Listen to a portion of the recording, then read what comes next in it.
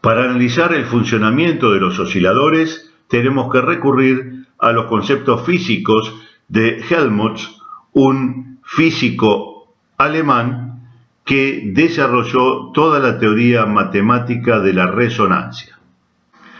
Si tenemos un elemento de paredes rígidas con una zona de entrada de gases a presión de mucha menor sección, sabemos que al soplar o al introducir gases a presión dentro de este elemento de paredes rígidas, habrá una velocidad de ingreso de los gases en los cuales se produce una resonancia mecánica dentro de las paredes rígidas que le va a dar características de sonido particulares como las de cualquier instrumento de viento o las de un silbato. Desde el punto de vista de analogía mecánica, se puede tomar al aire como una masa fija y a la resistencia de las paredes al ingreso de ese aire como un resorte con su constante elástica determinada. Esto nos permite llegar a una ecuación matemática de cálculo de la frecuencia natural de vibración de un volumen cerrado por paredes rígidas con un cuello de ingreso de aire de dimensiones conocidas. Eso es lo que genera la resonancia de las cajas mecánicas, por ejemplo, en los instrumentos musicales, y obtener una amplitud máxima que se denomina justamente frecuencia de resonancia, que es característica y propia de cada cavidad resonante. De igual manera que podemos hacer cavidades resonantes para el aire, como es la que tiene un instrumento musical, podemos hacer cavidades resonantes para otras frecuencias, por ejemplo, las de los campos electromagnéticos. De manera que hay resonadores cerámicos que son piezas cortadas con características mecánicas tales que resuenan, es decir, que vibran a una amplitud máxima a una frecuencia que le es característica. El Maser y el Laser son dos resonadores típicos de cavidad. En ambos casos, lo que se utiliza es un espejo y un semiespejo, y se excita a los electrones de los elementos que están entre espejo y semiespejo, en el caso del Maser con microondas y en el caso del láser con fotones.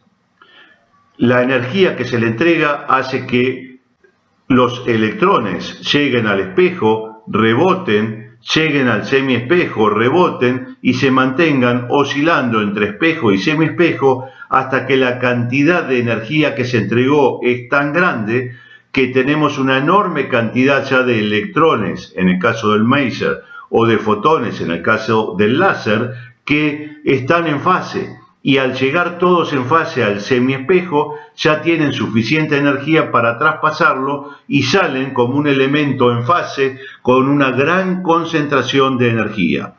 Tanto el Maser como el láser son resonadores de cavidad. En función de los resonadores de cavidad se diseñaron las primeras válvulas Klystron. Klystron, en el antiguo idioma hawaiano, significaba tren de olas, y es lo que hace exactamente las válvulas Klystron.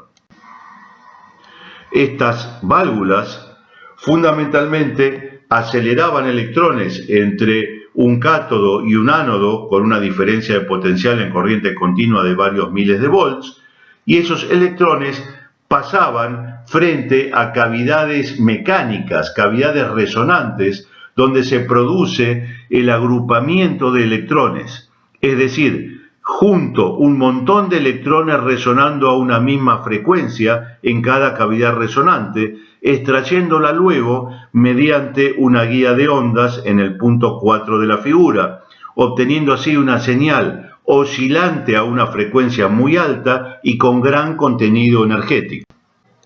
Vemos aquí justamente las dos cavidades resonantes de una válvula Klystron, la corriente continua para acelerar electrones y esos electrones que pasan frente a las cavidades resonantes, oscilando dentro de esas cavidades y generando por lo tanto una gran concentración de energía a una elevada frecuencia.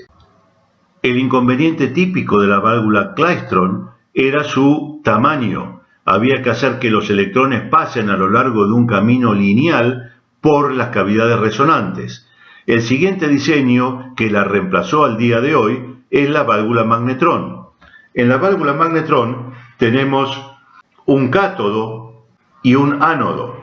Entre el cátodo y el ánodo se aplica una diferencia de potencial elevada. Por ejemplo, en un horno comercial familiar de microondas, alrededor de 4000 volts. En equipos de más potencia se puede aplicar diferencias de potencial aún mayores.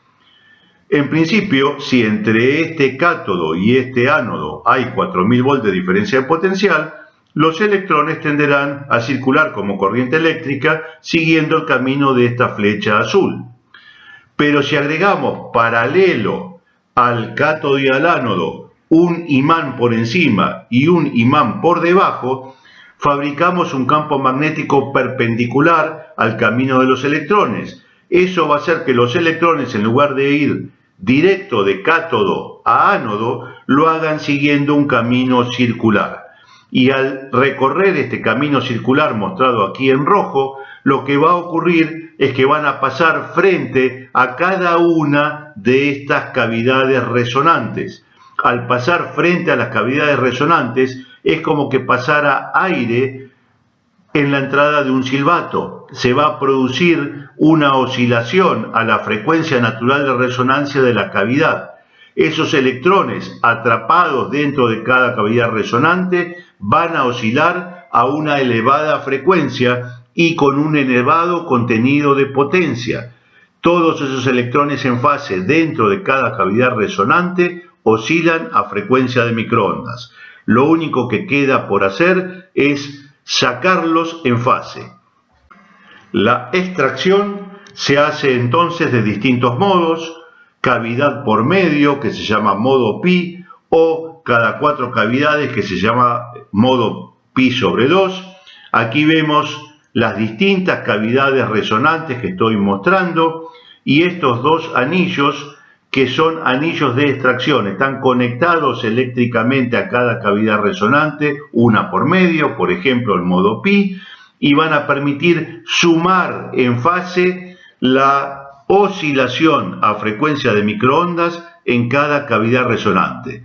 Es decir, la gran idea de la válvula magnetrón fue doblar una Klystron. En lugar de tener cavidades resonantes lineales, se obtienen cavidades resonantes sobre un camino circular, lo que hace que la válvula sea extremadamente más pequeña y que pueda tener mucha más cantidad de cavidades resonantes, sumando entonces mucha más energía. Aquí vemos diferentes modos de extracción: mediante un cable coaxil unido a los anillos de extracción, mediante una antena en la cavidad resonante o directamente mediante una guía de ondas que sale de la cavidad resonante.